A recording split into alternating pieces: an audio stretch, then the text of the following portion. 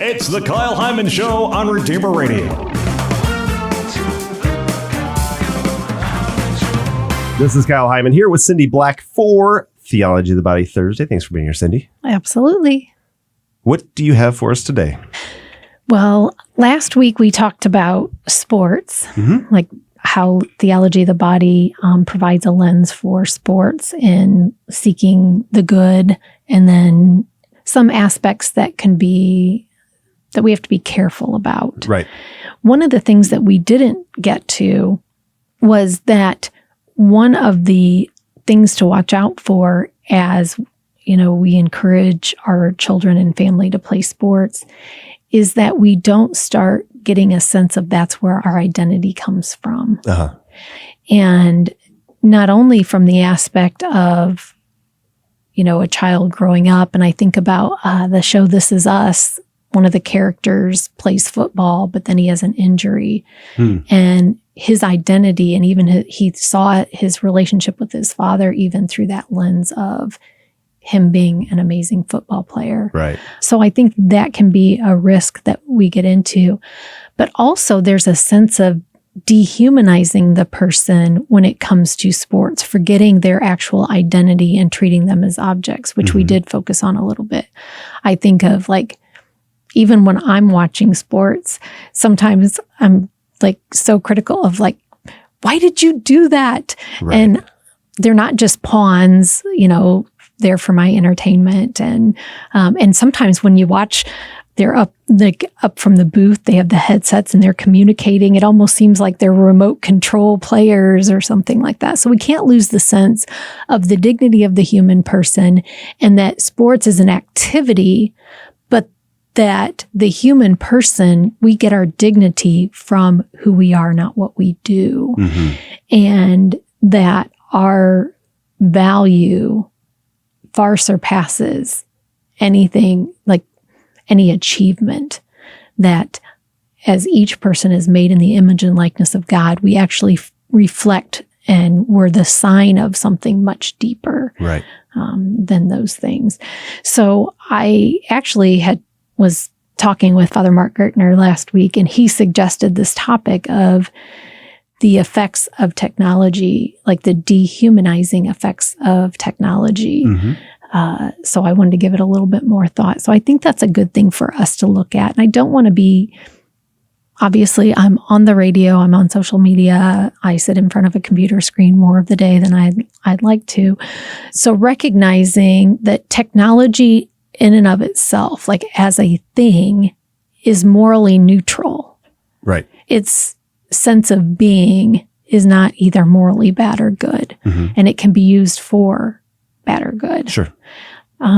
So looking at what it does to the human person in the sense of how does it build up, but then how can it have the effects of dehumanizing us? And I think we can look throughout history that has been a continual tension or struggle of technological advances, sometimes replacing the human person at certain tasks, which can be a good, because especially if there's a dangerous type of thing, if we can if technology leads us to a way to spare people's lives and health, that's ultimately a good thing. Like a bomb diffusing robot or something like that. Exactly. Yeah. Right. Yeah. You shared a book with me, the Tech Talk, published by our friends at our Sunday Visitor, where Michael Horn actually uses the term relational compass, that media technology has changed our relational compass, that we are made in the image and likeness of God. So we're made for communion with God and with one another.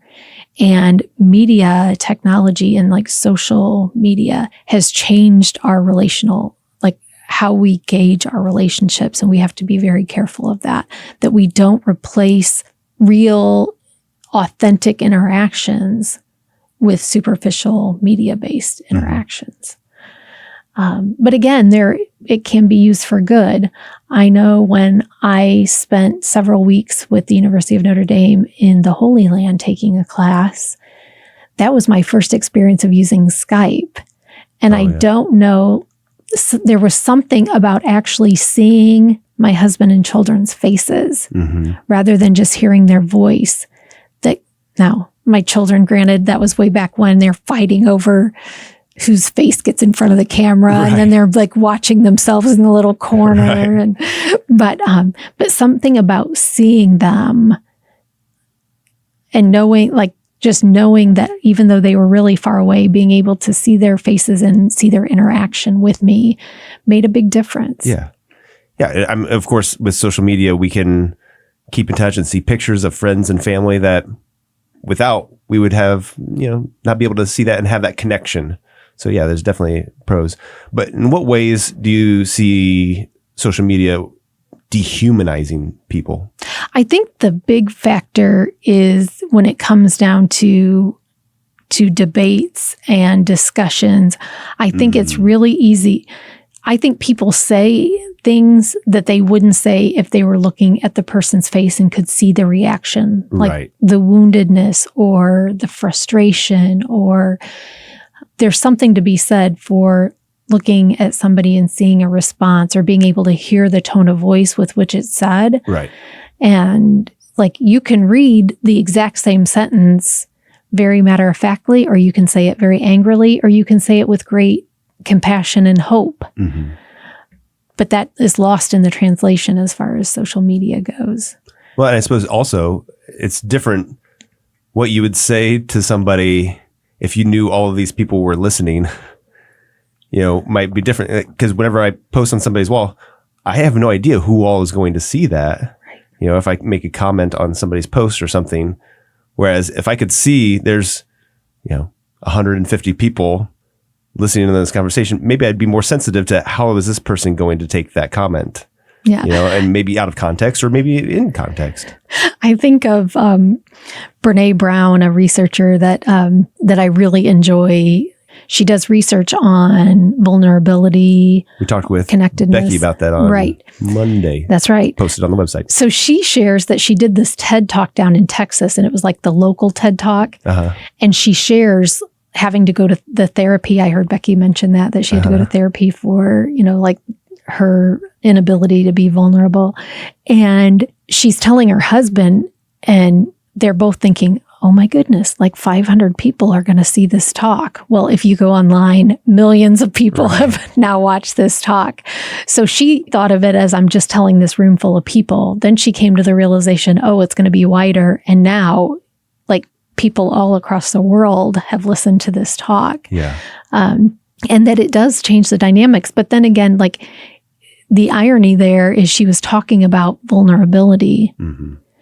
And had she known the scope of it, she may not have been as vulnerable. Right. But because she was, then it gives us a glimpse. It gives us a deeper appreciation that somebody who's talking about encouraging other people to be vulnerable is actually herself being vulnerable. Yeah. And I think about, like, even she talks about the comments that are made about her online based about, like, on what she looks like and things about how people shouldn't listen to her because of her size or something like that. Can you imagine that somebody would say that right to her face? Right. I mean, you would hope not. Right. So what are some things that we can do to avoid or reduce the dehumanizing effects of technology? Ways of using technology or ways of not using technology that can help us be more in line with this? I think really being intentional about having face-to-face interaction with people. And, a lot of people talk about, putting down the phones and just having that conversation. But then when we are engaging on social media, really stopping to think about the whole human person and thinking about, like, the roles that they play and, again, who might see it. Not just saying, like, this is a person that I disagree with on this topic, and I'm going to put forth my best arguments, but to know that they have a whole context and a history, and that they have family members, and that ultimately we're all seeking a good. So it makes, well, first of all, evil is a privation of good. So you can't really necessarily seek an evil. We're always seeking a good. Now, it might not be actually bring about good, but we're all seeking a good. So remembering that the person that we're interacting with is made in the image and likeness of God, that they have infinite worth, and that, part of our path to communion with God and holiness, it is based on how we view our neighbor. So recognizing that the more charitable and empathetic we are in our interactions, the more we're being who we were created to be and leading ourselves to our ultimate goal, which is communion, not only with the people that we agree with, but also those that we disagree with. So a lot of this was focused on the use or misuse of social media. Are there other tie-ins with technology when we're talking about games or TV or movies or different apps that aren't specifically social media that also dehumanize people? Yeah, absolutely. And I think, going back to that term, our relational compass, I think so many times our expectations of what relationships look like are dehumanized in the aspect that we've come to dramatize them. So when we watch a movie or a television show where people are portrayed a certain way or love is portrayed a certain way, that can take away the real human aspect of it. Interactions that we see between married couples in a movie or dating couples in a movie, real relationships are not like that. They're not scripted. They're not, we don't have costume designers and makeup, and we're not fulfilling a storyline. We're real people with real history. And what we see on the screen is very one-dimensional. And that can impact our expectations that we put on friendships and other types of relationships based on what is depicted in these scripted interactions. Yeah. But reality shows are good because those show exactly what happened and aren't manipulated in any way. Right. There's no agenda or no, they're not going for ratings or anything like that. Yeah. Keeping in mind that they're depicting a certain thing, and even the choices of which camera to show at what time, is scripting how we see those interactions. Yeah. I've heard talks from people that have been on reality TV shows saying how either they were told to do something a specific way or the way they edited it was not really how it happened at all. But yeah. And that's why I'm a huge critic of The Bachelor and Bachelorette. Oh my goodness, you're just messing with people's lives and hearts. Those are real people. Those are not, it is being scripted, but you're messing with people's emotions. So. All right. Well, people can also check out the Tech Talk by Dr. Michael Horn. We had him on episode 396 talking about this topic, so you can check that out, 396. Thank you so much, Cindy, for another great Theology of the Body Thursday. Great to be here.